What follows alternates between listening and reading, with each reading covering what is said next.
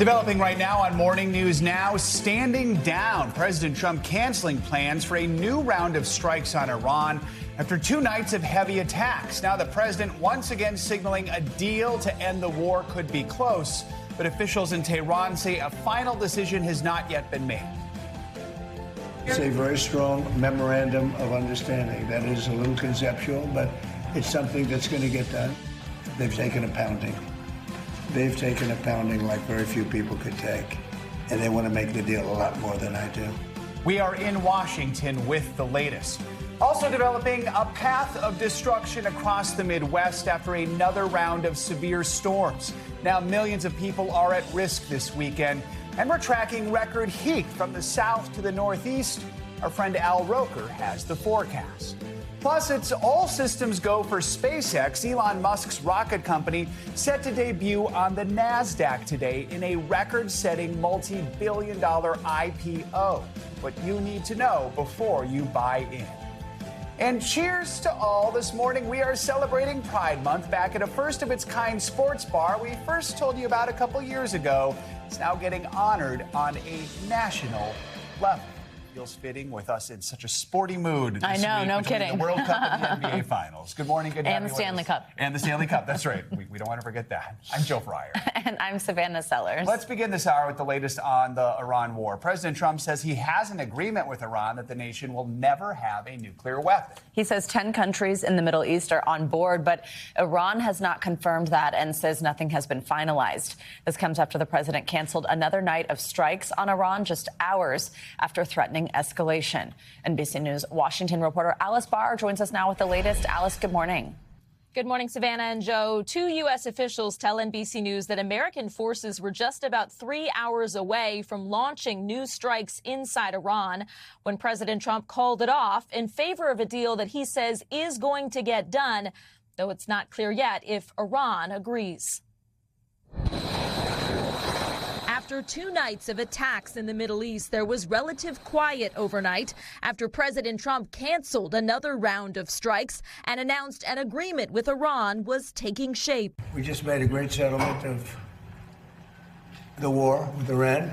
The president describing it as a very strong memorandum of understanding. That is a little conceptual, but it's something that's going to get done. And saying it accomplishes his central goal. They will not have a nuclear weapon. They've agreed to that. But in a statement, Iran's foreign ministry spokesman said Iran has not yet reached a final decision regarding an agreement and will not compromise on its red lines. In a sign of lingering tensions after the president's announcement, a U.S. official said last night American forces shot down 2 Iranian drones that were trying to strike commercial ships in the Strait of Hormuz. The president says those attacks will stop under the New Deal and the strait will fully reopen. And you'll have oil prices dropping like a rock. Oil prices did drop on the news, though President Trump has said a deal was close before. He was pressed on why he's convinced this time is different. Because they've taken a pounding. They've taken a pounding like very few people could take. And they want to make the deal a lot more than I do. The president saying documents should be finalized in the next few days and predicting a signing in Europe as soon as this weekend, as questions remain about Iran's commitment. Before announcing an agreement was within reach, President Trump said he was considering taking Karg Island, Iran's main oil export hub.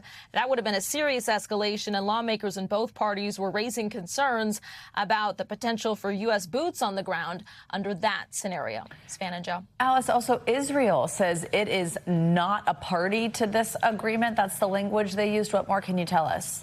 Yeah, that's an important piece of this. Israeli Prime Minister Benjamin Netanyahu's office put out a statement saying that Israel was not party to the memorandum, though it notes that President Trump did speak yesterday with Netanyahu about it, and that Netanyahu expressed his appreciation for the president's commitment to a final agreement, including some of the main Israeli priorities, getting rid of Iran's nuclear materials and its nuclear infrastructure and limiting missile production. It's not clear if that is in this agreement and if Iran would agree. Guys. All right, Alice, thank you so much. Closer to home, the president is changing course on his plans for a top national security position. Yesterday, President Trump announced he was nominating U.S. Attorney Jay Clayton to be his permanent director of national intelligence. The move comes after swift backlash from both parties over his first choice, housing official Bill Pulte, who has no experience in intelligence.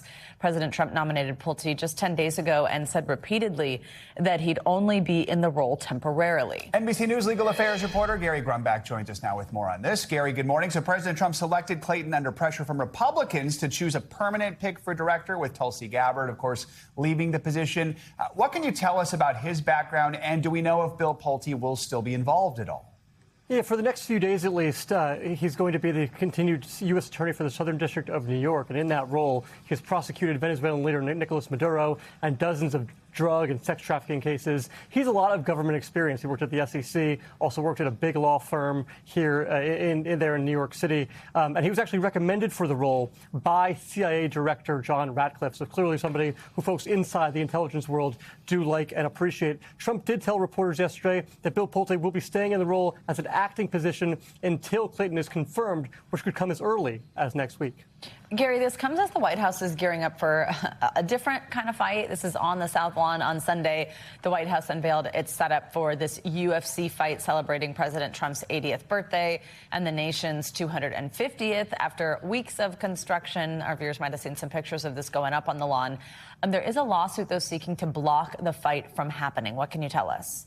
Yeah, 2 Virginia residents are really upset that they can't see the White House from the sidewalk outside of the White House. And they're correct. I was there yesterday. They can't see the White House. But that does not seem to be a strong enough argument for a federal judge to actually block this from happening on Sunday. Again, this has been a 3.5-week process. The UFC has put in $60 million into this. Now, whether or not a private, for-profit sporting event can happen on the South Lawn is another issue. But it doesn't seem to me like the judge is going to rule in favor of these 2 Virginia residents. We should find out for sure later today. Gary, also an investigation is underway after giant markings of the numbers 8647 appeared on the National Mall yesterday. Not the first time these numbers have made headlines. So what do we know about this investigation and just what the administration is saying? Yeah, investigators rushed to the scene yesterday after they saw people that were in the Washington Monument saw this 8647 on the ground of the National Mall. You could really only see it from high above. 86, of course, means to get rid of something, and Trump is the 47th president of the United States. But in a separate case, a federal judge this month had ruled that an 8647 flag being flown by protesters at a courthouse here in Washington actually is not a threat, and the numbers constituted free speech. The Interior Department and Park Police say they are investigating this act of vandalism. All right, Gary Grumbach, thank you so much. Well, 66 million are waking up under the threat of severe weather this morning. This is after another major outbreak of tornadoes throughout the Midwest overnight, with at least 17 twisters reported across 4 states. Outside Chicago, a tornado tore the roof off a home and destroyed several buildings before causing chaos downtown. And about 100 miles southwest of the city, you can see the damage from a tornado here, leveling trees and homes. That is where we find NBC News correspondent Maggie Vespa. She's there this morning, and she brings us the very latest. Maggie, good morning. Hey, guys, good morning. By the light of day, you can see this damage is just breathtaking. I mean, this home behind me, obviously completely destroyed. And neighbors just told us a couple overnight was rescued from that rubble, trapped in that basement after the tornado hit.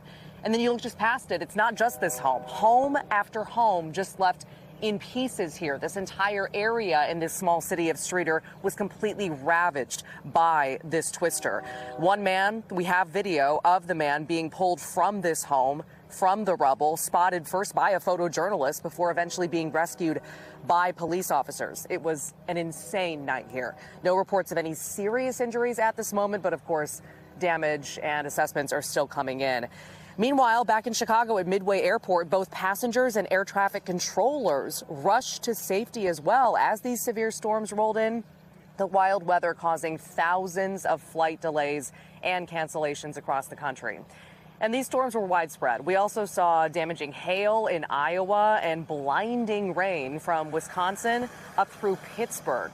Also, we have record heat, as if that's not enough, hitting up and down the East Coast, even triple digits in the Carolinas. It has been, to bring it back to the Midwest here, an exhausting week of severe weather. But what roared through overnight with this massive twister hitting here was obviously particularly devastating. By the light of day, you can just get an idea of what the cleanup is going to be like here, guys. Obviously, a long and beyond difficult road ahead.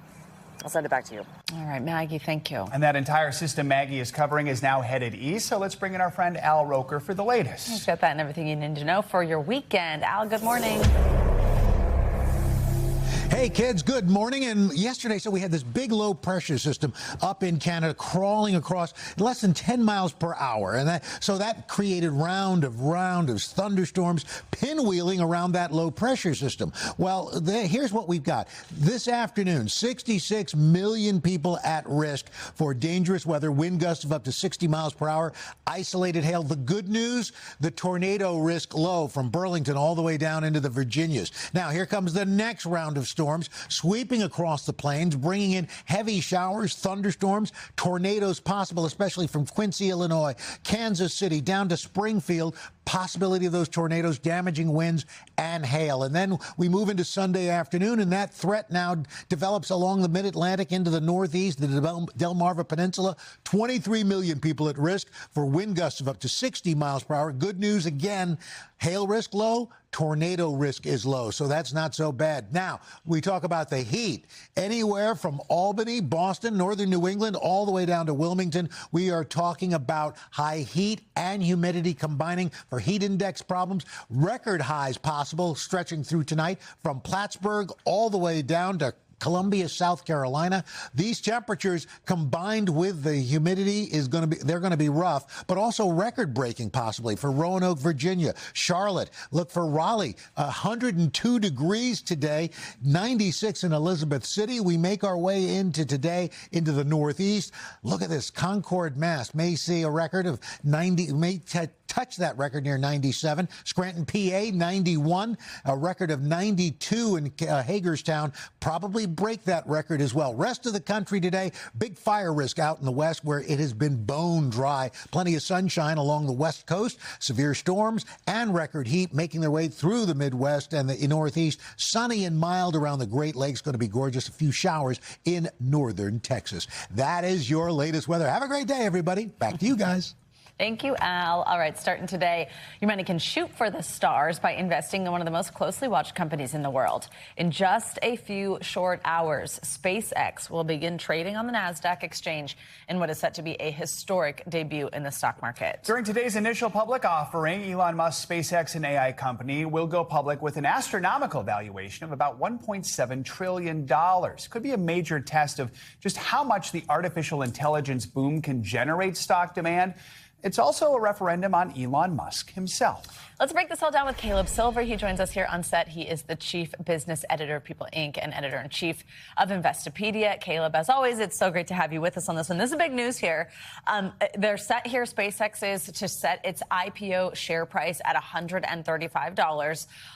This is interesting because it's like a space company, also an AI company. So walk us through what this means and what you think of that price. Yeah, that's a heavy price, and the company's going to raise some $75 billion just today. That could be $700 billion worth for Elon Musk, who is the controlling shareholder of this company. You're probably familiar with SpaceX and some of the rockets, but the businesses inside SpaceX are fascinating. You got, obviously, SpaceX. That's the Falcon rockets. That's the rocket launches. You got Starlink, the internet service provider that is providing internet service from space. Starshield, this is the defense contracts that this company has with the government. And then Starship Plus must merge SpaceX with xAI. That's what we used to call Twitter. So there's a lot wrapped into this company right now, and that's why the valuation is so high. But he's got a big controlling interest. It is fair to say Elon Musk has become a controversial figure, in part because of his involvement with the Trump administration, the Doge cuts, things like that. Is there any worry that that could impact just demand for the stock as it sets to?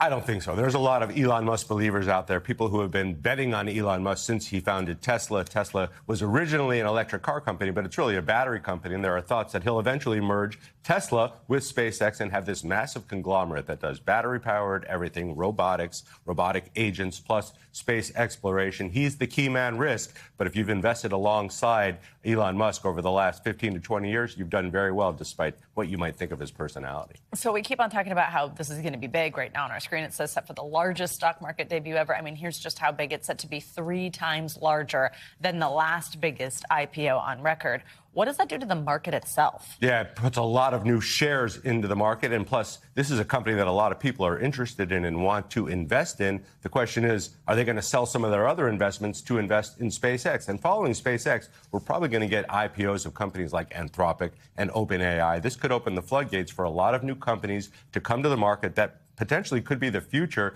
of the way we do business, of this new economy that we're building through AI. So the question is, are investors going to shift out of the companies we've been invested in, the Microsofts and the Apples of the world, and start investing in these new companies? That could actually drag the market lower. This is going to be a fascinating day to watch because there's so much anticipation here. That said, you don't have to buy in and rush in to buy these IPOs if you're a retail investor. This company is going to get added to the Nasdaq and to all the indexes pretty soon. You'll own it whether you want to or not. So knowing what's ahead, what happens today and what happens after today, just what is your advice to people when it comes to making investments, especially with these IPOs? Yeah, I get it. If you want to own a piece of this company, you're fascinated, you like investing along with Elon Musk, then buy a little piece, buy a few shares. But IPO days are never good days to try to time the market. If you think this company is going to be big and around in the next 10 years, you could buy a few shares today, wait a couple of weeks and see how this price shakes out. You don't have to get overly excited about this just because Wall Street is and everybody's talking about it on the financial news networks. All right, Caleb Silver, good advice. Thank you so much.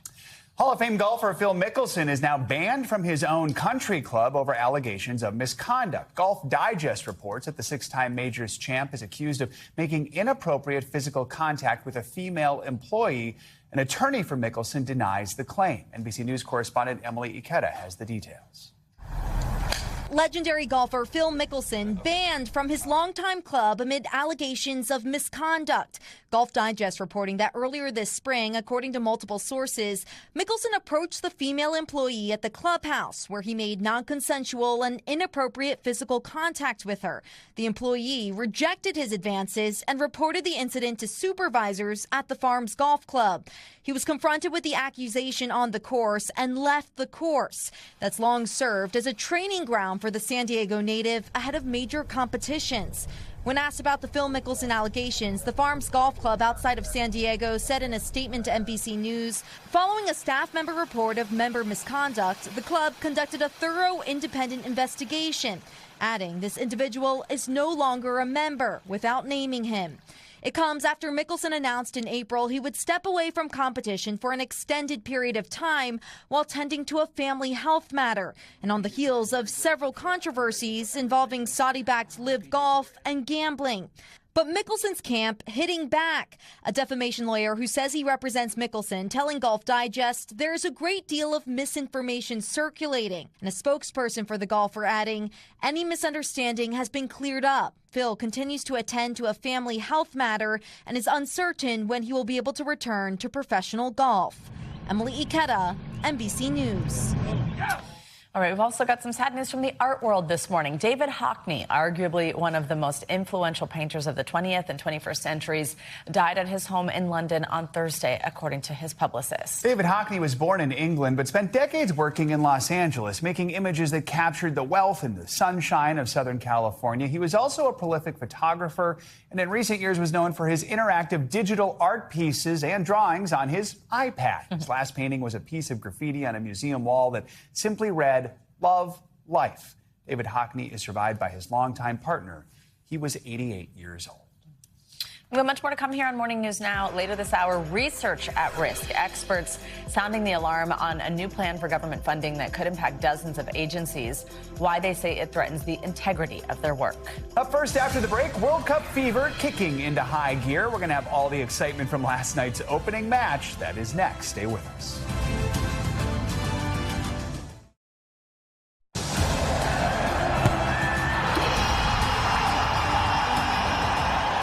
We are back now with a look at the energy around the official kickoff of the 2026 World Cup. Fans were out in full force to enjoy the festivities of the tournament's opening match in Mexico City between Mexico and South Africa. NBC News senior national correspondent Stephanie Gosk was there, and she's got all the details and excitement. The biggest World Cup ever is finally here. An electric scene in Mexico City, with the home team putting on a show against South Africa. scoring the first goal. The crowd started lining up, a sea of green with a lot of love for the home team. Let's see how fast it takes to get a chant going. Okay, ¿están listos? Ready? Mexico! Mexico! Mexico! Some fans flying thousands of miles, all the way from New Jersey. Have you ever been to a World Cup game before? I never been. It was a dream come true. Yes. Inside, organizers showing off years of preparation. This stadium has been completely redone. It fits about 80,000 people. The field is brand new, and it is another historic day, and there have been many here. This will be the third time this stadium hosts a World Cup game, and that sets a record.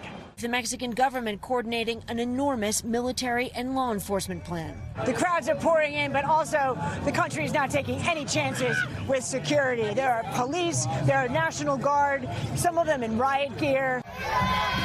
Just before the game began, protesters demanding higher pay for teachers were shut down fast by riot police. Security just one of the challenges in a tournament that will span North America.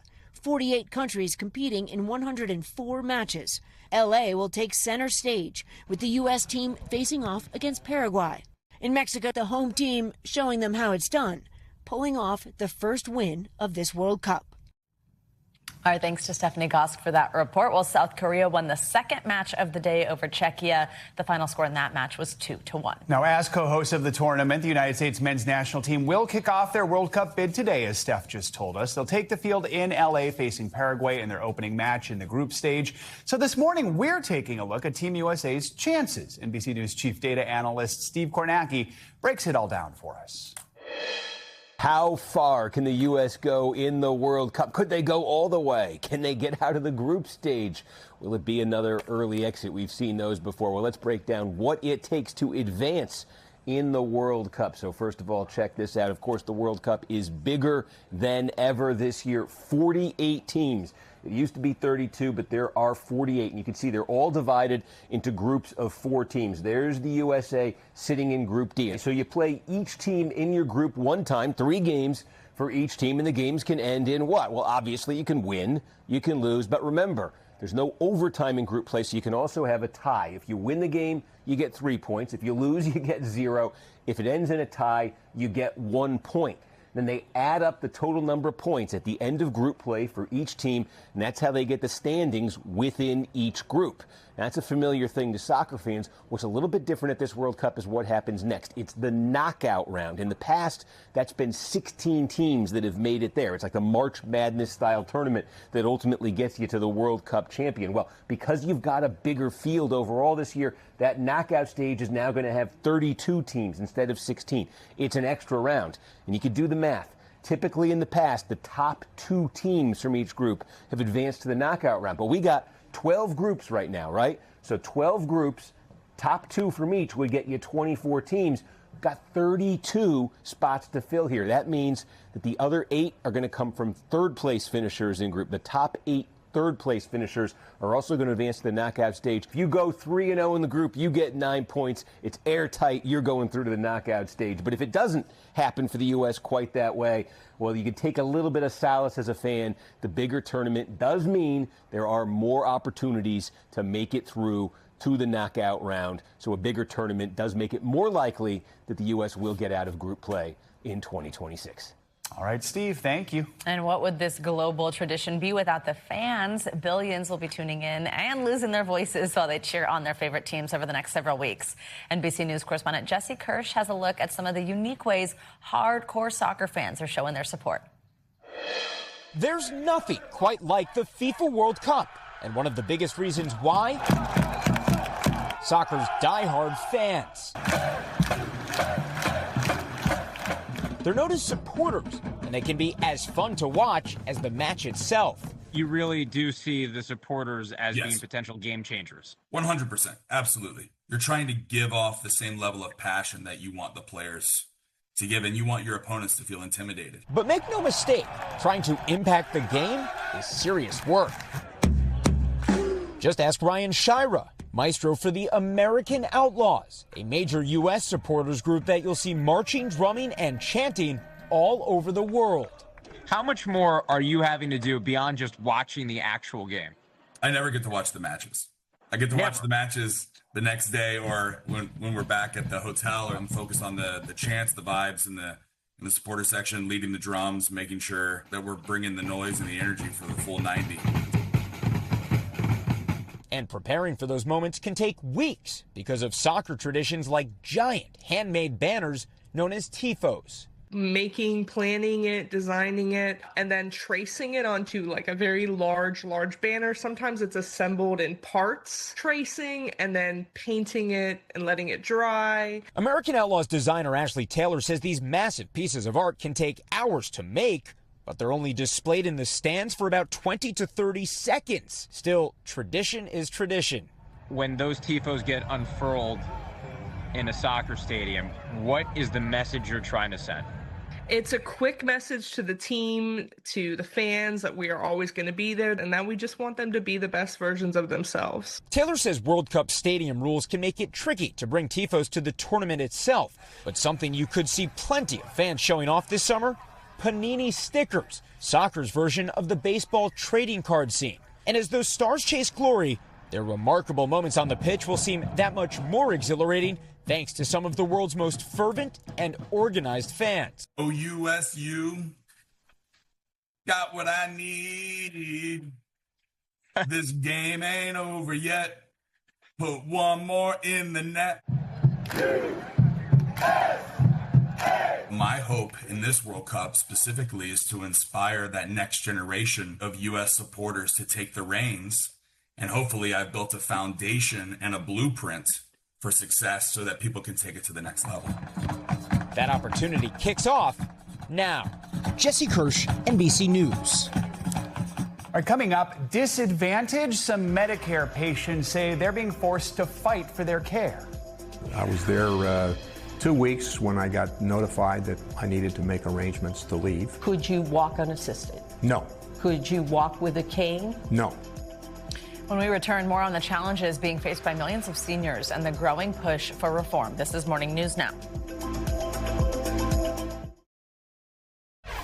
We are back with our series, The Cost of Denial, where we examine the challenges Americans face while dealing with insurance coverage. This morning, we're looking at a pair of recent government reports that reveal an overwhelming number of seniors were denied coverage under part of their Medicare Advantage plans. NBC News correspondent Ann Thompson explains how this can affect patients. Ed McMahon is still recovering from an accident last August. Did you think 10 months later you would still need a cane to walk? No, I thought, oh, I'll be back, I'll be walking. The once active 78-year-old broke his left thigh bone at his Connecticut gym. And it was like my leg being in almost like, in 2 pieces. Surgeons put in a titanium rod, and McMahon says his doctor told him he needed extensive rehab at what's known as a skilled nursing facility. He was more in the 60 to 8 range. And how long were you there? I was there 2 weeks when I got notified that I was doing great, and by United Healthcare, I needed to make arrangements to leave. But McMahon says he wasn't doing great and expected his Medicare Advantage plan to pay for the care his doctors prescribed. Could you dress yourself? No. Could you walk unassisted? No. Could you walk with a cane? No. In a scathing new report from the Inspector General at HHS, Medicare Advantage plans called out for denials to these types of rehab centers.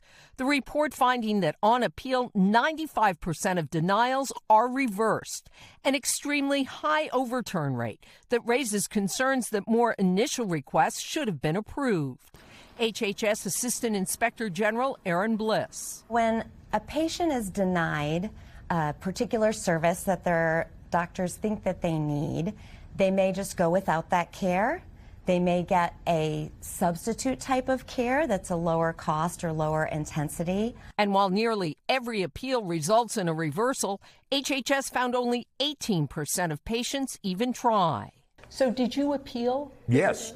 The first appeal was granted, but it only gave Ed McMahon 3 days. He appealed once more, staying at the facility another 2 weeks waiting for a response. The 3 largest Medicare Advantage plans, including United Health Group, were found to have extremely high denial rates. For long-term care admission, at least 70% of the time, and inpatient rehab more than 50% of the time. Statistics that the IG says are concerning. All right, Ann Thompson, thank you. Well, several experts warned that the integrity of scientific research in the U.S. is under serious threat. This is after the White House proposed major changes to how the government approves and funds federal grants. The changes would affect dozens of federal agencies like housing, transportation, disaster recovery, and Medicaid. It would give the Trump administration near total control over the distribution of billions of dollars in grants funded by American taxpayers. Now, historically, a scientific peer-reviewed process determines which projects get funding. The White House claims this rule change would improve transparency and reduce wasteful spending. Critics warn it could prioritize political favor over public health. Dr. Melissa Finucane joins us now with more. She's a professor at Stony Brook University, and she wrote about this in an essay for the New York Times. Dr. Finucane, good morning. Thank you very much for being with us. So we know this proposal came from the Office of Management and Budget at the White House. Walk us through the details. Tell us what agencies it would affect and how this would make the process different than it is right now. Absolutely. Good morning. Well, for 80 years, the federal government has decided which science to fund by asking independent experts, other scientists who are leaders in their field, to judge which proposals are best and most deserve funding based on their scientific quality. But what this new proposed rule says is that judgment is now just advisory. So a political appointee who may have no scientific training or other relevant expertise will have the final say. It's a little bit like replacing a jury with the judge's boss. The rule takes effect October 1, unless the public responds by July 13. And the rule, as you said, will affect virtually every federal agency that makes financial assistance awards, not just for scientific funding, but other things like disaster preparation and recovery, transportation, education, and food assistance. So, yeah, along those lines, Doctor, if this proposal gets codified, it would turn current guidance into regulatory policy. This might be confusing to folks outside of the scientific research community. So, bottom line, what do we need to understand about how this could affect everyday Americans? Absolutely. A wide range of research could be affected. Everything from finding a cure for cancer or Alzheimer's to how we best keep our drinking water safe and our food supply plentiful. So what this rule does is insert ideological filtering into the content of science itself. What's new is that political staff will evaluate individual research proposals not on the basis of their scientific merit, but on the basis of ideological conformity with whoever is in the White House. So essentially, this moves us away from how we do the science and more towards what topics we do the science on. And I'll just say I'm particularly concerned that young scientists who see funding following politics rather than scientific merit will go elsewhere and will lose the exciting discoveries that they're bound to make. And the US will lose its position at the forefront of global science, where we're a leader in discovery and innovation. I know this proposal is open for public comments until July 13th. Can that help anything? What's that mean for the public? Absolutely. So right now, the proposed rule, as you said, is open for public comment to July 13. So you can go to regulations.gov to submit your comment and just say that science should follow evidence, not politics. The rule will go into effect October 1 and will halt new funding announcements until political review systems are in place. So the pipeline of funding will stop as soon as the rule is in effect. But the administration must read every public comment submitted. So we need to flood the comments as much as we can, and they must respond to the substantive ones. And then this evidence can be used when this rule is challenged in court. Is there an alternative you'd like to see, or just kind of maintain the status quo? Oh, absolutely. The goal here is to have an accountable and transparent mechanism by which we ensure funding goes toward the best science for Americans, not the most convenient science for the administration. So an alternate path is the Scientific Integrity Act, which is a bipartisan bill introduced way back in February 2025 with bipartisan support. And it's been sitting in committee ever since, but it could move if members feel their constituents' pressure. So you can call your representatives and ask them to support this bill. It's H.R. 1106, the Scientific Integrity Act. All right, Dr. Melissa Finucane, thank you so much for joining us this morning. We appreciate your time. Absolutely. Thank you. Coming up on Morning News Now, it was originally billed as made in America, but one expert tells us the new Trump phone rings a different kind of bell. This is a Chinese phone. Everything we've seen suggests that the T1 was manufactured in the same factory. When we come back, we'll show you what we found when our Brian Chung took the phone apart. And it's not too late to plan a 4th of July getaway. We'll get some ideas for those last-minute vacation spots next. Stay with us.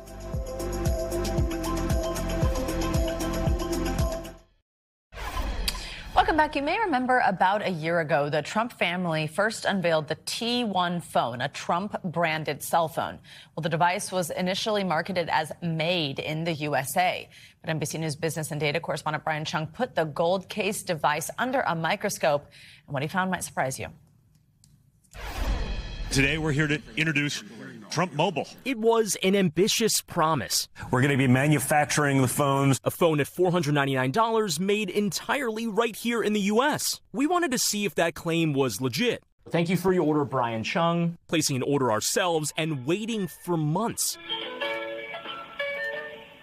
Here we are in May of 2026, and there appears to be no sign of it. Until last month, when Trump Mobile sent us a device they said was going out to some members of the media. There's a Truth Social preloaded onto the phone. Aside from that gold yellowish back, the phone appeared to resemble the U24 Pro, an Android phone made by Taiwanese company HTC. It looks very similar. It has a very distinct shape. Yeah, that does look really similar. To confirm that, we headed to iFixit's offices in San Luis Obispo, California, where lead teardown engineer Shahram Makhtari offered to help us run some tests, including through a modified CT scanner. Let's unlatch it. Okay, cool.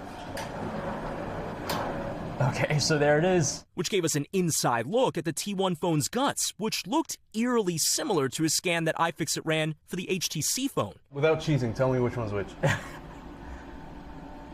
Wow, they look so similar. The left image, the HTC. The T1 on the right. The battery, cameras, boards, mostly in the exact same place, with the exception of the flash. But Makhtari and I wanted to take an even closer look, with the help of an industrial-grade microscope to see the pixels in the T1 screen.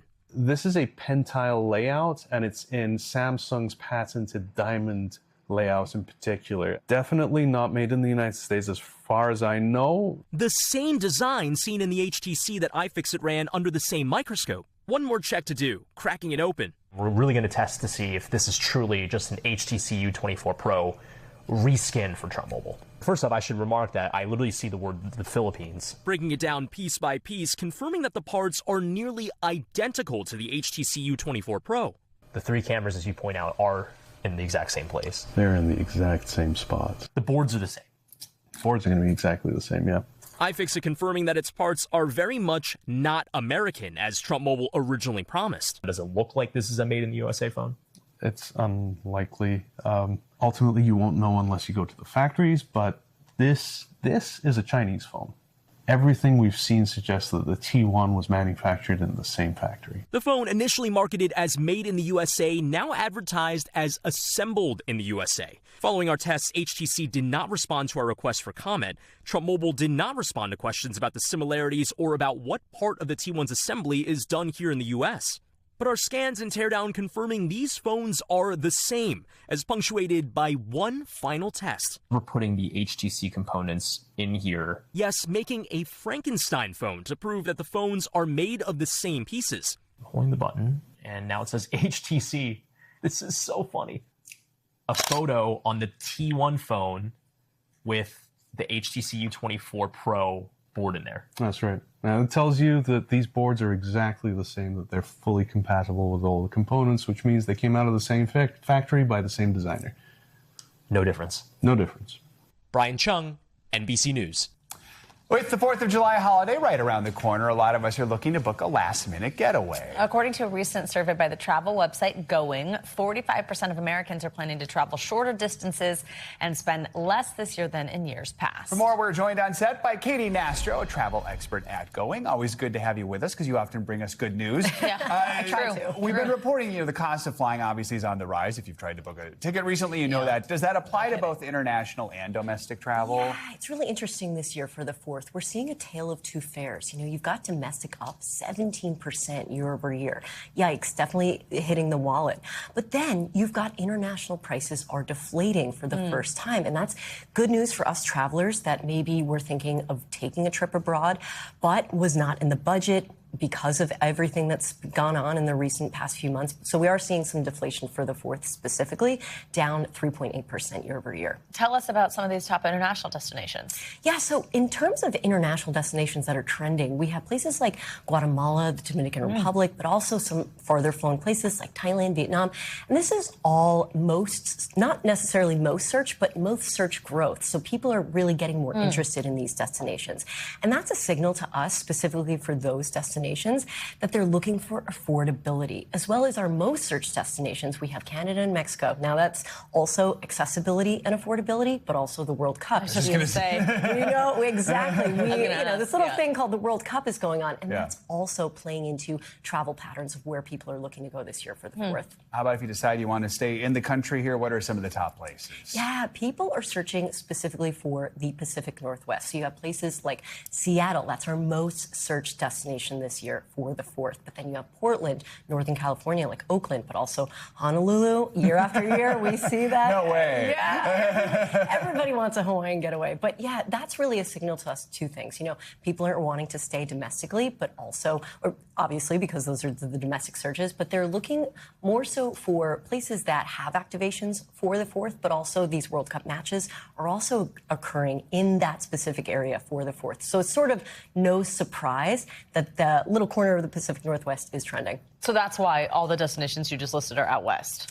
Specifically, the most search and the most trending are those Pacific Northwest destinations. And that, again, a combination of people wanting to stay maybe in a little cooler destination for the 4th, but then also the World Cup. There are specific matches around that time period, early July. Yeah. So it sort of makes sense that those would be rising. Seattle in July, it's like clockwork. July 1st, it's like perfect. It's perfect. That's great. It's literally like... Yeah, and you've got the Seafair July 4th is a really big celebration. So again, no surprise. And if you were coming, from outside of the U.S. and looking to experience the 4th of July, Seattle is a great destination to do so. All right. Love it. Finally, if we're considering a last-minute trip, anything we should know?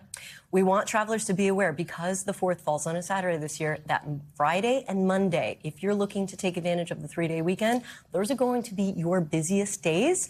The best day, and this is consistently what we've seen year after year over it going, fly on the 4th if you can. Better prices, less people in the airport. I can say from experience, year after year, this is my go-to, and it's a ghost town. It's fantastic. It's right. And I will say, too, I've done it for work, not for pleasure before, but it is kind of fun if you're flying home at night. You kind of see all the different fireworks as you're kind of going across. That is so cool. It is. Yeah, it gives you a different aerial view. It's very cool. Right. Yeah. Not very good taking pictures of it, but it's a mental picture. If you're worried about missing the fireworks. I would prefer to be at the party on the ground, but if you got to be. If you got to be. It's a cheap fare. Katie Mastro, thank you so much. Appreciate it. Thank you. All right, coming up, building community with a twist, a first-of-its-kind bar. We told you about it a couple of years ago, now in the national spotlight. When we return as we celebrate Pride Month, we'll tell you about the special recognition they just received. That's next on Morning News Now.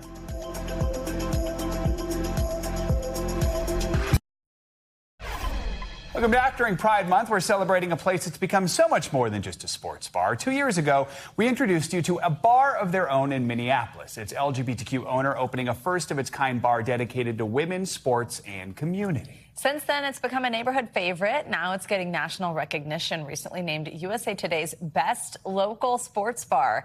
Well, from trivia nights and book clubs to packed watch parties for women's sports and supporting the local LGBTQ plus community, it's a place where people come to cheer, connect, and just belong. Joining us now is the owner and founder, Jillian Hiscock. Jillian, good morning. Congrats. Good to see you again. Before we talk about this national honor, we're going to take you back to 2024. You were here. You shared the vision you had for a bar of their own. Let's take a listen. I think the biggest thing to me is that women's sports deserve the same platform as men's sports. And I think so often our default is showing men's sports. And to really just challenge people to think about, when you walk into a sports bar, what's playing and why is that? And not being able to afraid to ask those questions that you want to be watching a different game. And to seek out, because people don't know, bars don't know that people are interested in watching these women's sports if people aren't asking for it. And it's a pain to have to ask for it, which is why we exist. But there's places that could be showing more women's sports that aren't. And so just want to challenge that narrative and encourage folks to think about showing more women's sports on their televisions. So, Jillian, hearing those words now, 2 years later, getting this recognition, what goes through your mind? Gosh, I guess we've really proven the concept. I think we've been very, very busy the last couple of years, and that's definitely shown that there's absolutely a market for women's sports.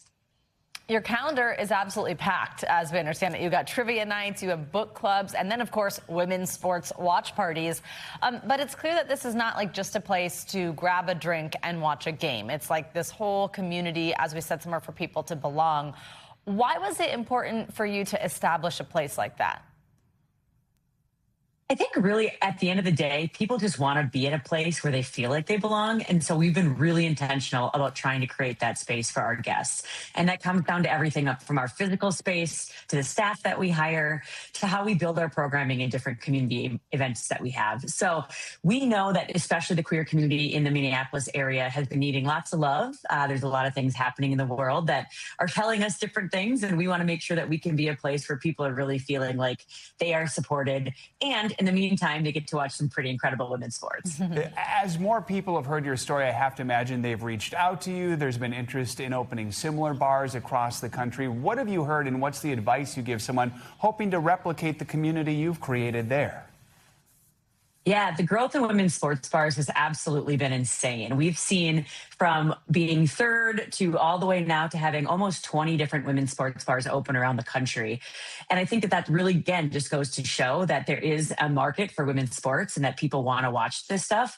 And really, my advice is always to tell people to be curious and to try to find people that know more than you or have different opinions than you to really help you build out your space to make sure that you're creating a space that's reflective of the community that you want to serve. Jillian, also, what do you see just like having a bar that is focused on women's sports in terms of like the interest in women's sports? What does it tell you about how much people do want to watch these sports? Oh, man, it has absolutely blown up in the last couple of years. We know that we went from, a really high profile opening to now on a regular basis, just having folks that are coming in maybe for a specific event, but also just because they're curious what types of women's sports are happening. And I think that's one of the things we love is that we've seen that natural fan base of women's sports fans grow exponentially in these last handful of years. Have you turned, do you think, some skeptics into believers when it comes to women's sports? Gosh, I sure hope so. If the product itself doesn't turn people around, we'd love to show people that it's really one of the top-notch things that's going on out there right now. All right, so it's Pride Month, the start of obviously just a busy summer season. How is a bar of their own scheduling? What are you excited about in the weeks ahead? Yeah, we're really lucky here for Twin Cities Pride Festival, which is happening in the last week of June. Minneapolis is also hosting the USA Special Olympics and the KPMG Women's PGA Golf Championship. And so to help celebrate those really large athletic events that are happening in our community, we're going to be hosting a Pride Beer Garden. We're going to have our own Queer Olympics, in addition to just being a regular, safe community place for folks like we are year-round. Jillian, thank you so much for being here with us and sharing what you're doing. It's so cool, too, the fact that this community can extend beyond your own by the people that we're talking to. Do you think we'll see a lot more opening? Oh, absolutely. I know more are coming. Oh, that's so great. All right, Jillian, we appreciate your time this morning. Thanks for joining us once again. Thank you. That is going to do it for this hour of Morning News Now, but we've got a lot more for you this morning. Don't go anywhere. The news continues right now.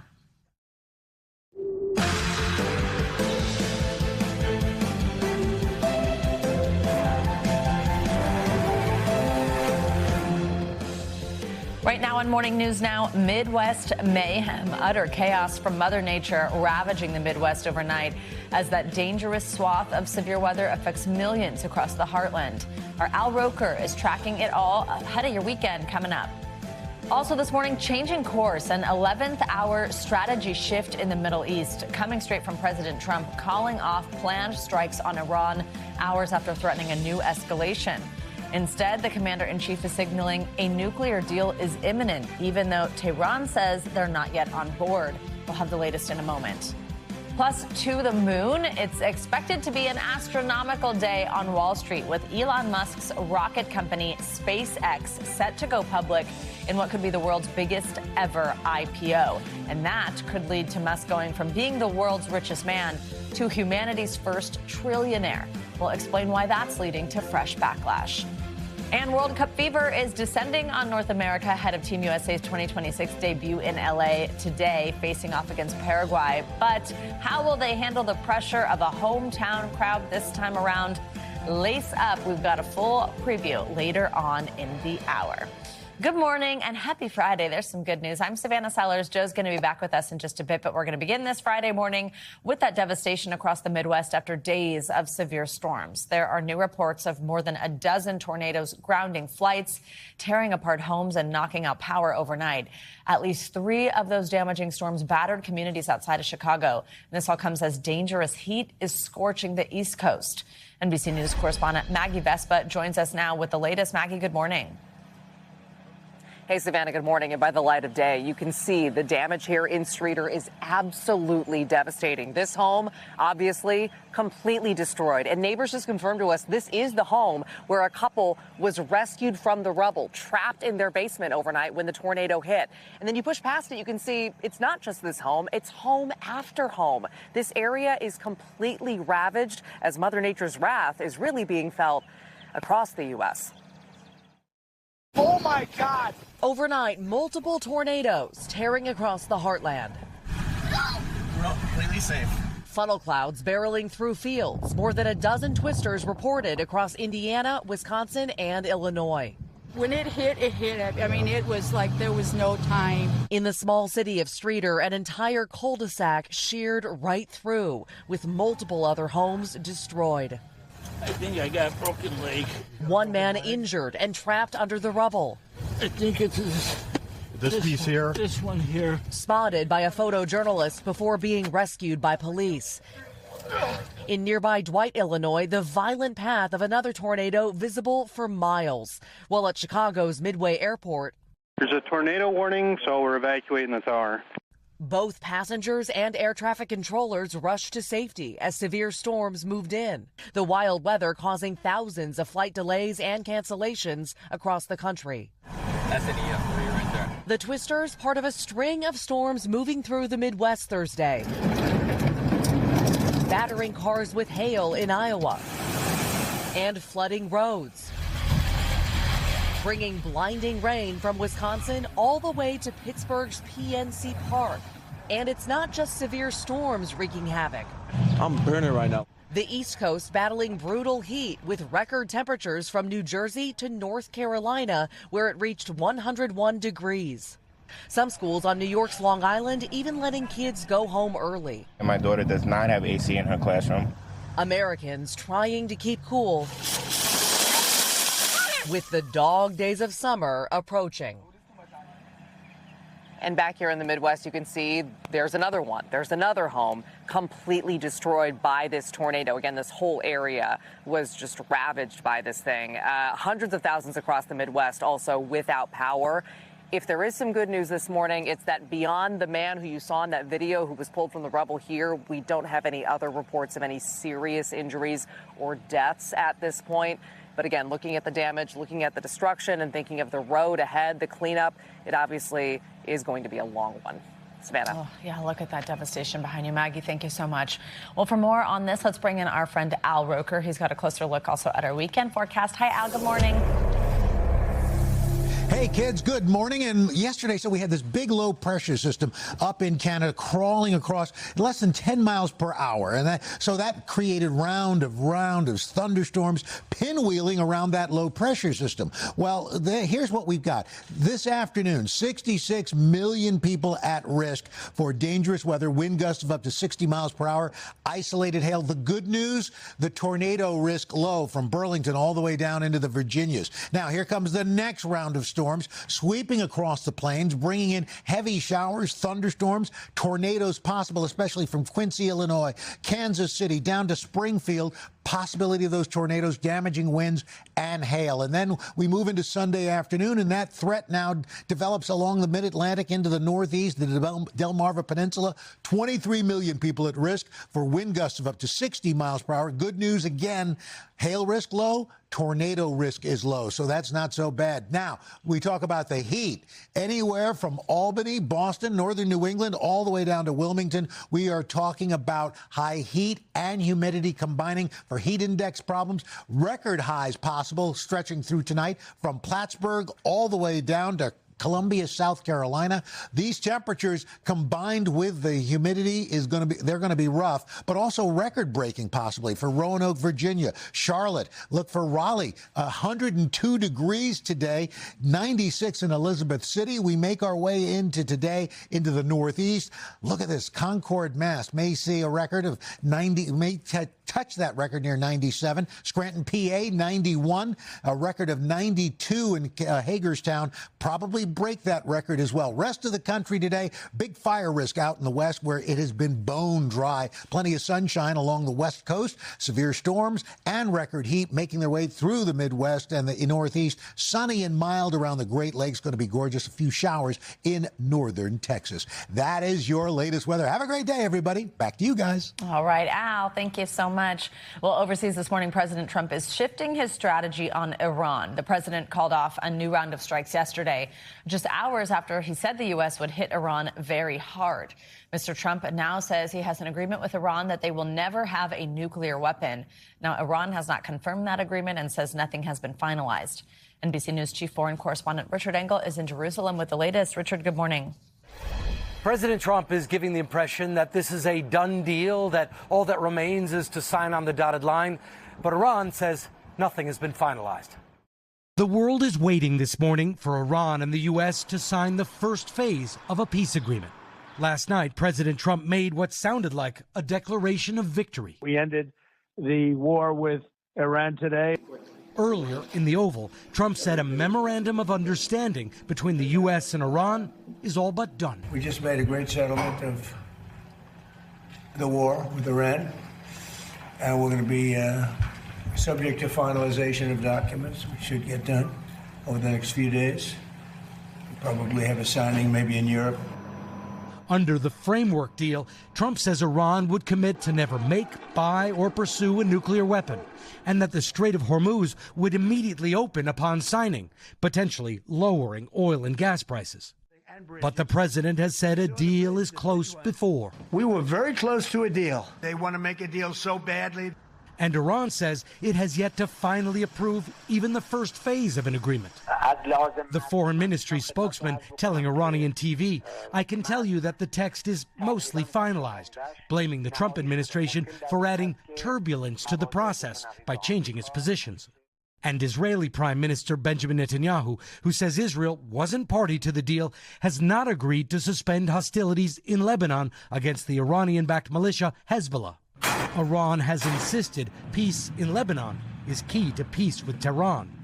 Yesterday's apparent diplomatic progress came amid threats from Trump. He said if Iran didn't agree to a deal, he'd bomb the S out of them and take over Iran's oil industry and a strategic Iranian island. Two U.S. military officials tell NBC News American troops in the Middle East were 3 hours away from launching fresh attacks when Trump called them off. President Trump refused to say how long it would take to negotiate a final agreement with Iran. Iranian media this morning report the two sides would have 60 days. All right, Richard, thank you so much. Well, the president is also changing course on his nominee for Director of National Intelligence. So he received fierce backlash over his first pick. That was housing official Bill Pulte, since he had no experience in intelligence. Now the president is nominating a U.S. attorney for the job. It comes as the White House gears up for the president's 80th birthday this weekend. Celebrations include that big UFC fight right on the White House lawn. NBC News Chief Justice and National Affairs correspondent Kelly O'Donnell is at the White House with details. Kelly, good morning. Good morning, Savannah. President Trump is setting the stage for a high-profile clash never seen here before, while he's also remaking his plans for a top national security position under pressure from both Democrats and Republicans in Congress. The president is often at the center of big fights, political and otherwise. This morning, the White House grounds transformed for an unprecedented event. The UFC built a $60 million spectacle on the South Lawn to celebrate the nation's 250th anniversary and President Trump turning 80. As you know, on June 14th, we're having a big fight. The towering claw, 90 feet tall. A temporary arena, seating 4,000. The stage, an octagon. The string of fights expected in sweltering heat. An extraordinary display on public grounds. Corporate sponsor logos. The Oval Office used as part of the show. The main event guys will come from the Oval Office. Parachuters practicing for the event landing on the National Mall Thursday. That area drawing concern from the White House after giant markings of the numbers 8647 appeared on the grass.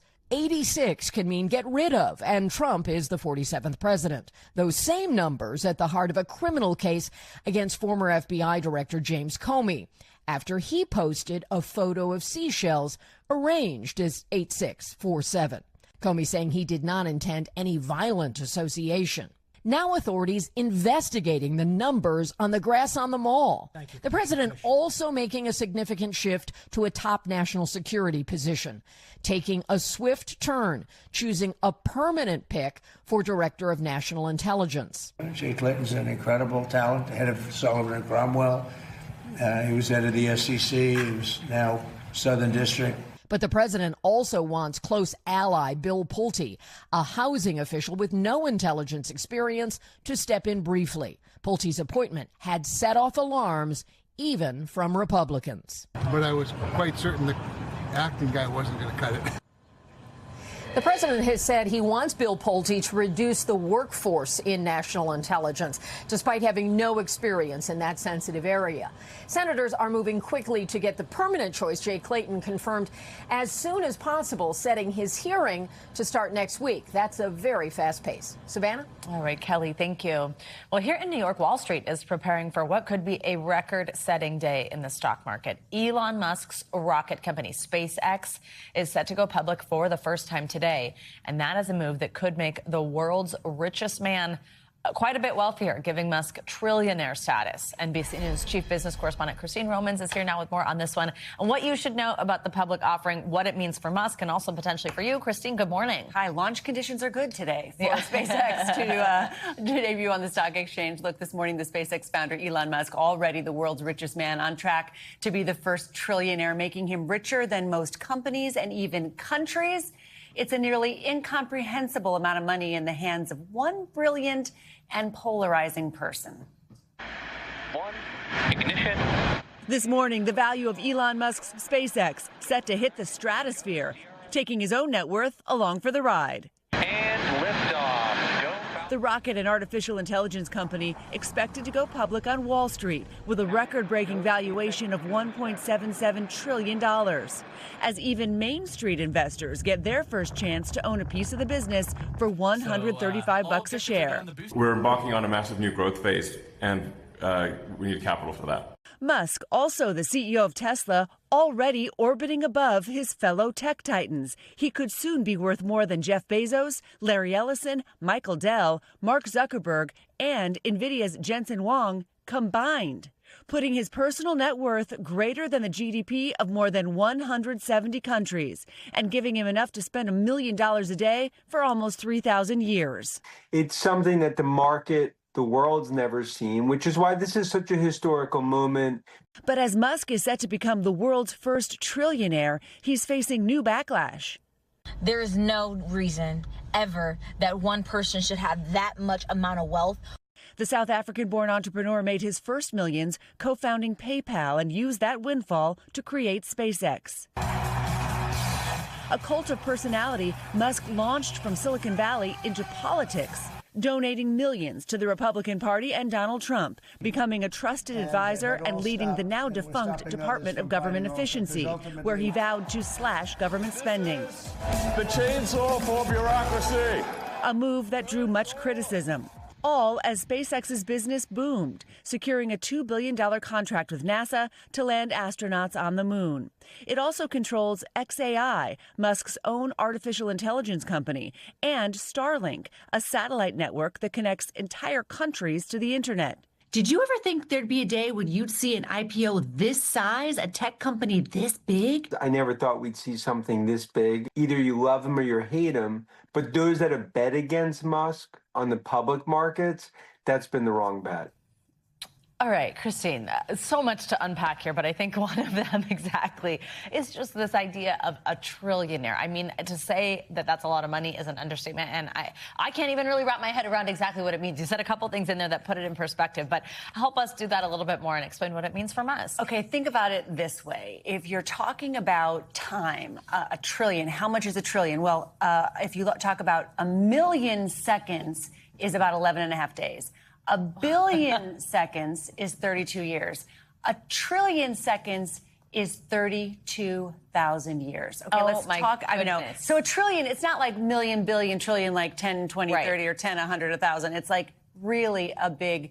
Now, if you took a trillion, you took a trillion pennies and you stacked them on top of each other, big stack of pennies, they would go to the moon and back twice.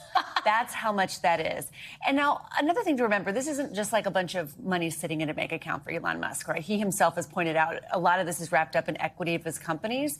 But for what's next, he has said SpaceX essentially needs that money it's going to earn from this IPO to send 100,000 Starlink satellites into space and even deploy new AI data centers. So I guess he's a trillionaire on paper, but boy, that's a lot of money. Yeah, I mean, I think he's got enough in a bank account in addition to all this stuff tied up. I'm telling you, I'm more interested in all these people who worked for SpaceX or worked, who were paid a little bit along the way. Right. They have this thing I think they're called kick-ass rewards, where if you do really well at SpaceX, you just get these stock awards. And so people who are getting like bonuses along the way in these awards are now in many cases they're going to be multimillionaires. Right. Or a lot of times I think when you don't get paid in cash, you get that, you're like, oh, okay. Well, and then all of a sudden, well, I paid out. Yeah.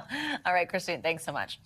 Well, now let's get to a story that is rocking the sports world this morning. According to an explosive report from Golf Digest, Hall of Fame golfer Phil Mickelson has been banned from his home course after allegations of inappropriate conduct towards a woman who works at the club.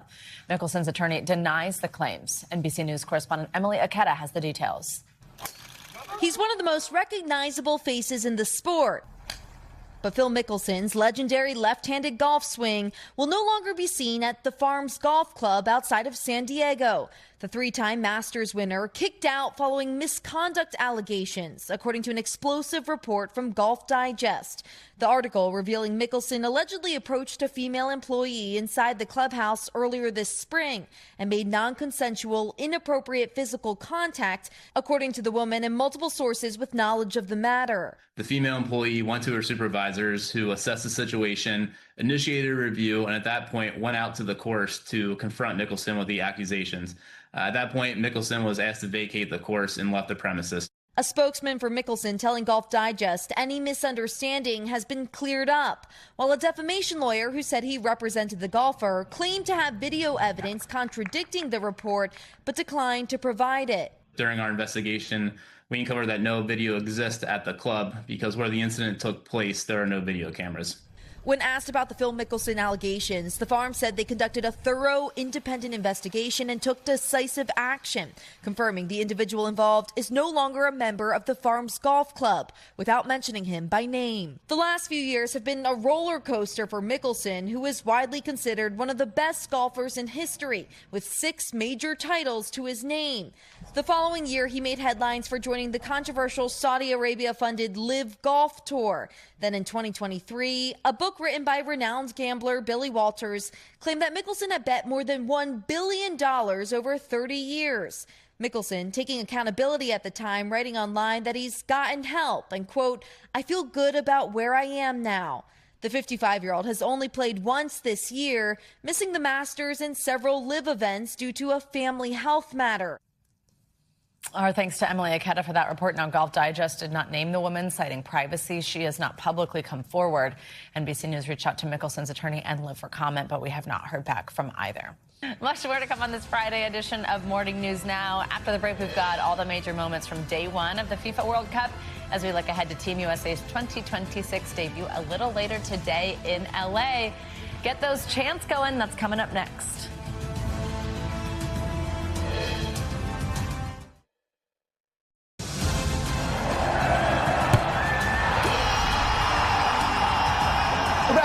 FIFA World Cup fever, which is now in full swing. Soccer fans in Mexico City got the first glimpse of all the match day energy during the first match of the tournament.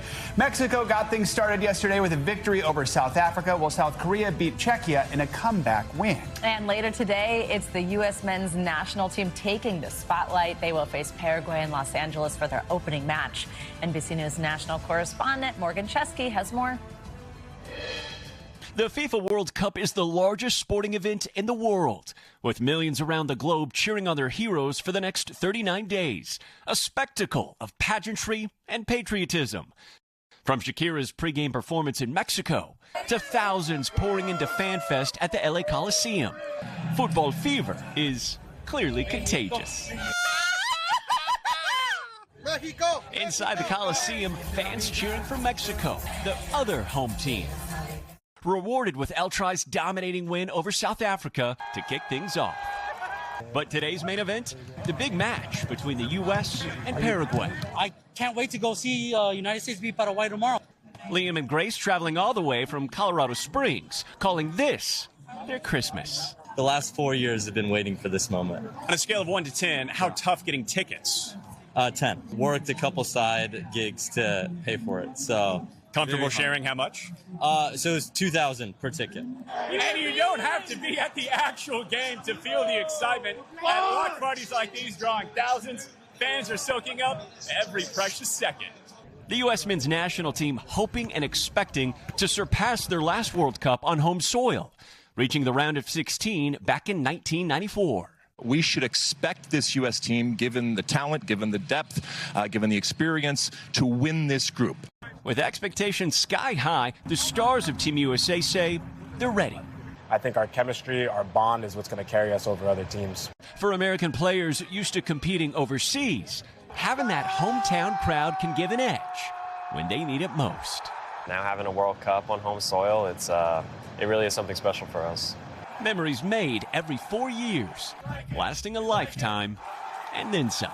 Are we doing a USA, USA, USA, USA?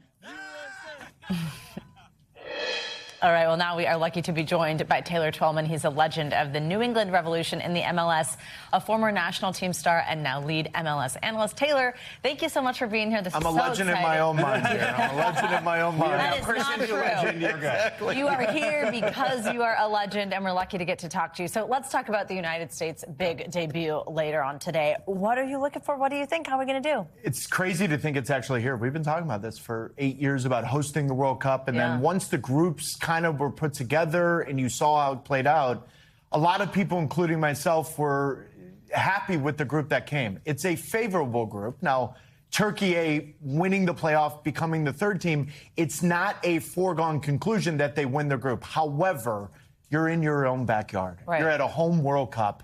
You've got the energy in the building tonight. If they win the game against Paraguay tonight, they've got a 78% chance of advancing.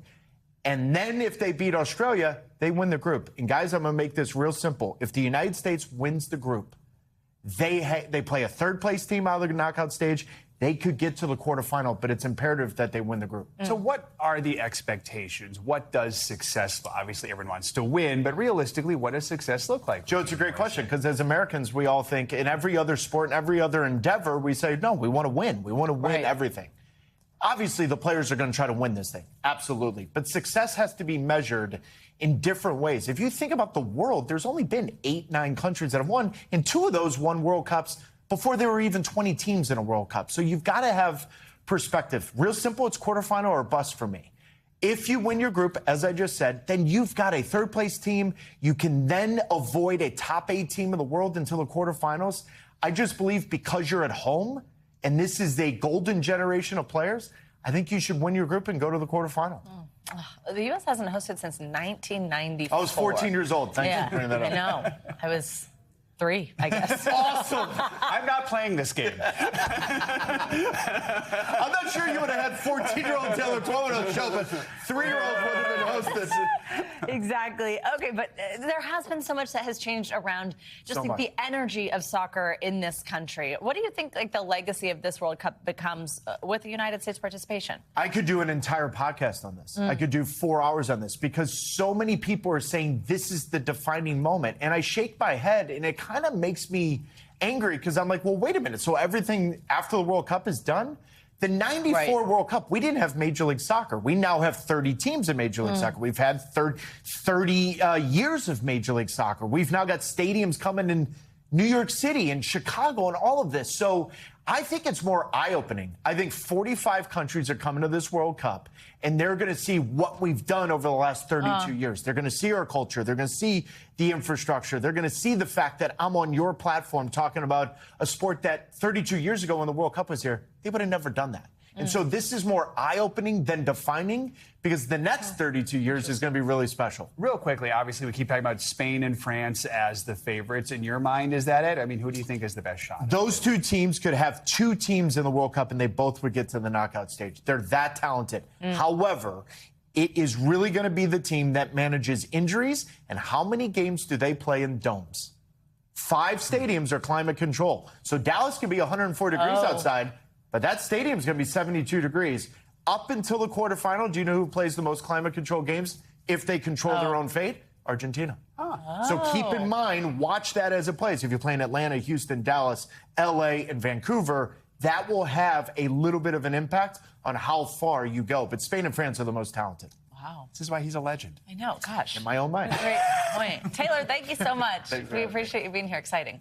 Well, coming up, a sobering anniversary for America's queer community. Yeah, after the break, we're going to sit down with one of the survivors at the Pulse nightclub shooting in Orlando, how the dozens of victims are still being remembered 10 years later, and the stories of survival aimed at persevering its legacy for generations to come. That is next on Morning News Now.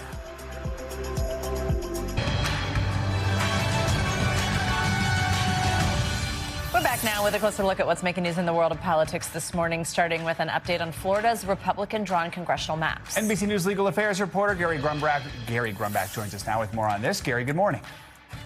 Hey there, good morning, guys. Here's what's happening in politics now. The Florida Supreme Court has rejected an effort by voting rights groups to block a new Republican map drawn in the state. In a win for Governor Ron DeSantis, the new maps will turn all but 4 of Florida's congressional districts into likely wins for Republican congressional candidates in November's midterms. The Florida delegation currently includes 8 Democrats. The man accused of killing Minnesota State Representative Melissa Hortman and her husband last summer has pleaded guilty to the 6 charges against him, including murder and stalking. Vance Belter has initially pleaded not guilty, but federal prosecutors say this guilty plea includes a promise that they won't seek the death penalty against Belter, who shot the lawmaker and her husband at their Minneapolis area home. That's what's happening in politics now. Back to you. All right, Gary, thank you so much. Orlando is marking 10 years since the shooting at Pulse nightclub, the deadliest attack targeting the LGBTQ plus community in U.S. history. The city honoring the 49 victims through a series of remembrance events, including the Portraits of Pulse exhibit featuring paintings created in their memory. Earlier this year, the Pulse building was demolished to make way for a permanent memorial offering a new chapter in the city's efforts to honor those lost. Well, the pain of that night remains. Many survivors have spent the last decade trying to turn grief into action. One of them is Brandon Wolf, who survived the attack but lost 2 of his closest friends. Since then, he has become a civil rights and gun safety advocate, serving as Senior Director of Communications Strategy for Equality Florida. He also shared his story in his memoir, A Place for Us. Brandon, we are grateful to have you with us on what I know is a difficult day and a difficult morning for so many of us. People visit the Portraits of Pulse exhibit. They reflect on the 49 lives lost. What do you want everyone to remember about the people behind those faces? Yeah, well, first of all, thank you so much for having me, and thank you for your coverage. It's hard to believe that it's been 10 years. I hope that people, as they see those faces on the wall, as they remember and reflect today, center on the word people. That America's gun violence epidemic is not about statistics. It's not about numbers. These are not just faceless victims on a list somewhere. They were people. They were students. They were entrepreneurs. They were friends, family members. Some had 5-year plans. Some had no plans at all. But all of them were people. All of them had futures that were stolen from them because of this country's obsession with easy access to guns, because of surging hate in America. So I hope that people look at those faces and they see them not just as they died, but as they lived, as real human beings, and understand that that is the cost of hate violence in this country. And that's why all of us are called to honor those stolen from us with action. I know you've spoken about the promise that you whispered to your best friend Drew at his funeral, that you would never stop fighting for a world that he would be proud of. Talk about how that promise has shaped your life over these past 10 years and just how far you feel we've come in trying to reach that promise. Yeah, I wish I knew what I was getting myself into when I made that promise to Drew. But a world that he would be proud of is a world all of us can be proud of. It's a world where kids can go to school, grandma can go to the grocery store, you and I can go and get a drink with our friends without being afraid of coming face to face with a barrel of an AR-15. And it's a world where everyone is treated with the dignity and respect they deserve. So much has changed over the last 10 years. We've made immense progress. We've passed gun safety legislation both in Florida and across the country. Joe Biden signed the Respect for Marriage Act into law, protecting marriage equality federally. So we've made progress, but there's no doubt that we've also seen an escalation in attacks against LGBTQ people, against Latino people, against Black and brown people more generally. So we have a lot of work left to do. The world that my best friend would be proud of is a world we deserve, but it doesn't happen by accident. It happens because every one of us rolls up our sleeves. And so my call today is join me in that fight for a world all of us can be proud of. What do you think is the legacy of Pulse for the next generation? I sure hope the legacy is inspiring people to be unapologetically themselves, to be bigger, bolder, prouder. One of the things I was most worried about when Pulse happened was that young people would be scared to come out, that they would go back into the closet and worry that it was dangerous to be unapologetically themselves. But I was so buoyed to see people at Pride festivals the next day, to see them dancing with their friends, laughing, experiencing joy. I hope the lasting legacy of Pulse is one of resilience. It's one of resolve. It's one of pride. It's one of us continuing to come together to be united, to say we're better when we get to be unapologetically, boldly ourselves, and when we stand in community with each other. Brandon, thank you so much for your time this morning and just for your powerful message that resonates 10 years later. We appreciate it. Thank you. Good to see you. All right, coming up with America's 250th birthday right around the corner, we're going to dive into a new push to bolster our nation's knowledge of just government basics. And one film director is looking to try and start from square one. We'll explain next. We are back now with a moving tribute. This Sunday marks 10 years since 2-year-old Lane Thomas Graves was killed by an alligator at a Disney resort. I had a chance to speak with his parents on the phone yesterday. They want to thank everyone for their continued love and support over the past decade, and that's why they plan to release a video honoring their beloved son this weekend and to share the remarkable work of the foundation created in Lane's name.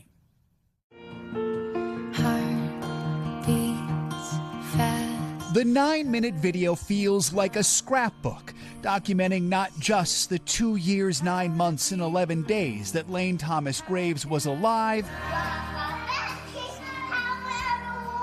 but also his enduring impact 10 years after his death. Lane had a special light about him and cared for his family deeply. His parents say, "We simply want to shine a light on our beautiful blue-eyed boy at this very difficult milestone." Right now, authorities are still searching for this 2-year-old boy. It was June of 2016 when Lane was tragically killed by an alligator at a Walt Disney World resort. Quickly, his family created a way to honor him, the Lane Thomas Foundation. Their focus, raising awareness about pediatric organ donation.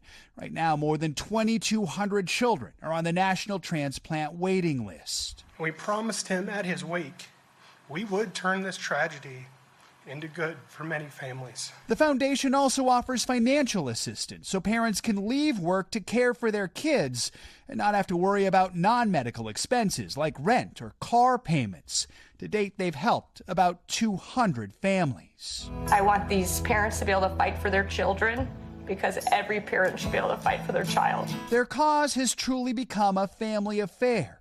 2 years after Lane's death, the family welcomed a baby boy, Christian. His middle name is Lane. And Lane's older sister, Ella, who was just 4 when he passed away, is now 14. At a recent fundraising gala, she danced in his honor and made a pledge to carry on his legacy. I can promise you that we will not stop helping Mesa kids. We have just started this journey, and I have some big plans for what will come next. Stay tuned for the amazing adventures in the future, and we are so thankful for your support. Let's blow them away. Hit it! To his family, Lane was a beaming light of love, which is why the foundation's logo is a lighthouse. And that has attracted support from some pretty big stars like Tim McGraw and David Foster and Andrea Bocelli. We wish you all the love and a fantastic night. It's great work you're doing, and I hope to see you really soon. A decade after his death, one thing is clear. From the blue bows to the balloons to the many, many lights, that blue-eyed boy's legacy is still shining bright. The family plans to release that tribute video on the Lane Thomas Foundation website on Sunday morning. In case you're wondering about the foundation's name, the family included both his first and middle names because, well, anytime someone asked him his name, he said, "I'm Lane Thomas. I'm two."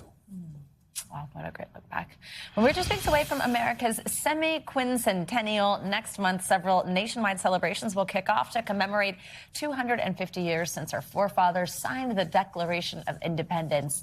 As we grew up to honor our country's history, some experts say civic learning in American classrooms is not where it should be. A 2025 survey found roughly a third of Americans cannot name all three branches of government. Despite that number, civic literacy has actually improved over the past decade. Well, now two nonprofit organizations in partnership with director of the new film called Young Washington want to keep that momentum going. They've joined forces to bring an applied civics curriculum to schools nationwide.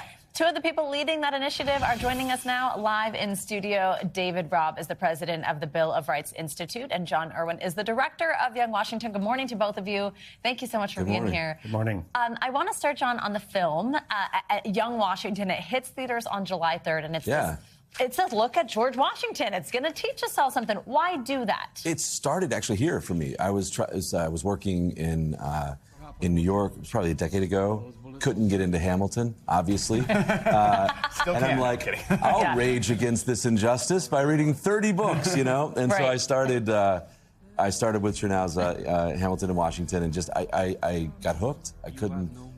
I was so fascinated by the story of America. The more I learned about the revolution and our founders, the more I was really filled with a sense of awe and wonder and kind of stewardship of like, whoa, this is the American experiment, and it's fairly new. And so I wanted to make a movie. I love a good hero's journey, origin story. And so I got just obsessed with Washington and his early development and kind of how this character was forged. And kind of like hardship and adventure and failure, and wanted to make a movie about it. And some dreams do come true. So I'm very grateful that the movie got made, and it's the perfect release date for it in theaters. No kidding. You can't get much better than that. What is it about the movie that you think it can be a good civics lesson for young people, high schoolers, even middle schoolers? I think the fascinating thing about many historical figures like Washington is they are often forged in failure and risk and adventure and discomfort. And Washington's early life was this adventure, and he made many mistakes, and that is the crucible in which he was forged. And so I think a lot of times people are afraid of stepping into their dream or their destiny or their purpose, and for fear of failure. But often it's those things that shape the character. And so I really found it very interesting how he became who he became, and I think there's a lot to learn, both on a national level, but also just on a personal level. John, let's bring you in here. Y'all partnered because of what he just explained. But walk us through what we are seeing in American classrooms when it comes to this lack of knowledge in civics, and what your organization is doing to address that. The Bill of Rights Institute teaches history and civics. We support a national network of about 100,000 teachers, and they're doing this really challenging work. You know, imagine we're in a polarized world. There's a lot of politicization, and they're going to talk about all of these really challenging things. You can't love what you don't know. So you have to start with an idea that you have a strong knowledge base. You pointed to some of the challenges that we have there. Kids want to learn this stuff. They want to commit it to their head and their heart, and they want to really make it a lifelong practice of the pursuit of happiness. Here we are in America's 250th. What better way to set them on a trajectory than building that happiness in with experiential learning? That we really find those two key things together are going to spark the curiosity that this film, I think, is really doing. How young do you think we should be teaching kids about civics? What would you like to see? Well, it's important to start from very early ages. Storytelling works. When you fire their moral and civic imagination, young people rise to that challenge. One of my favorite lines from Young Washington is when the chastened soldier and battlefield leader recognizes that he has failed. Teenagers, we can hold up a mirror to that failure and say, who do you want to be in your life? What kind of a person do you want to be? What kind of a citizen do you want to be? So if we start with great storytelling, John's work, the work of the Wonder Project, the work of Stand Together and the Bill of Rights Institute is dedicated towards opening up this kind of curiosity from a really early age. Wow, thank you both so much for being here and sharing this with us. It's so exciting. Congratulations on the film and on this partnership. Well, I'll be looking for Young Washington. We love it. Thank you so much for being here. Coming up, we finally made it to Friday. That can just mean one thing here on Morning News Now. We come back, we're going to run through the very latest and greatest from the world of Hollywood and beyond, just in time for your weekend. And who better to break it down than esteemed friend of the show, pop culture guru Brian Balthazar. He joins us next with everything you simply can't miss. Stick around. Finally this hour, it's Friday, which means it's time for your weekly can't miss list. All the movie, shows, and music that you got to see and hear this weekend. Joining us this week, entertainment journalist, pop culture expert, and friend of the show, Brian Balthazar. Good to have you with us. So we've got a new up-and-coming director by the name of Steven Spielberg. Yeah, scrappy young fella. He's got a new film out called Disclosure Day. Is it living up to the hype and the buzz? Yes, widely positively received. And also what I will say, like, if you're one of the people that complains that there are no new ideas, everything's a sequel, a franchise based on a comic book or toy, support this film. I mean, not that Steven Spielberg needs the support, the money. But it's releasing globally, and it's one of his original ideas that he developed with David Koepp. He wrote the screenwriter who's done amazing work in the past. And it's new IP, right? Of course, what you probably already know is it's about the existence of some sort of alien communication. I don't want to say too much. I don't like ruining it. But Disclosure Day is like, how much did the government know or not know? You know, that kind of thing. So the Disclosure Day is the revelation. Emily Blunt is a meteorologist who appears to be a communicative tool for alien life.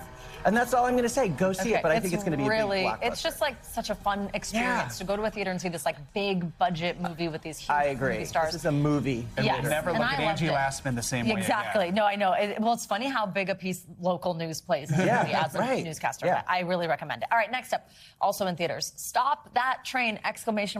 After each word. Right. This is from the RuPaul's Drag Race franchise. And I have to say, this is kind of in the vein of the 70s, kind of 80s disaster movies like Airplane, also the comedies of Naked Gun, that kind of thing. So it's funny, it's campy, funny cameos. Lisa Rinna. Charo plays a traffic controller, which, by the way, if you know anything about Charo, there's laced with irony. I'm a Charo fan. She's like, she says something.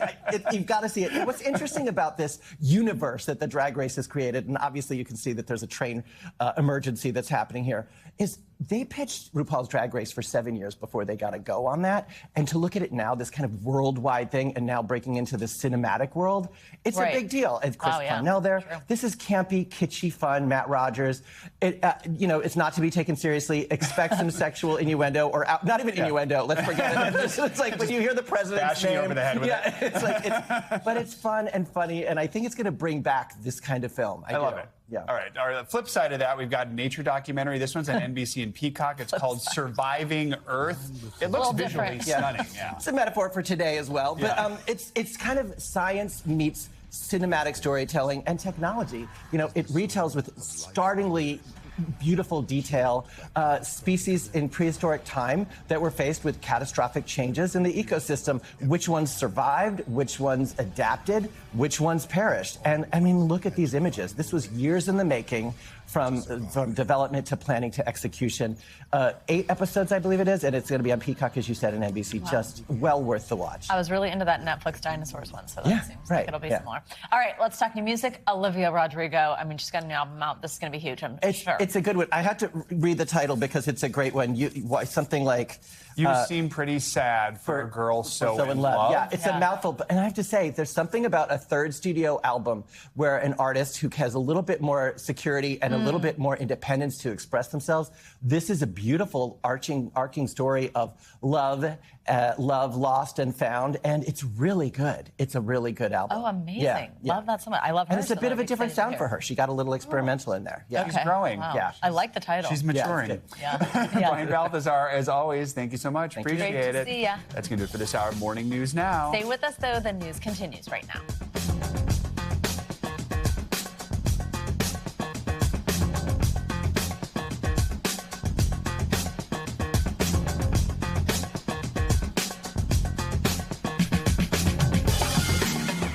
We thank you for watching, and remember, stay updated on breaking news and top stories on the NBC News app or watch live on our YouTube channel.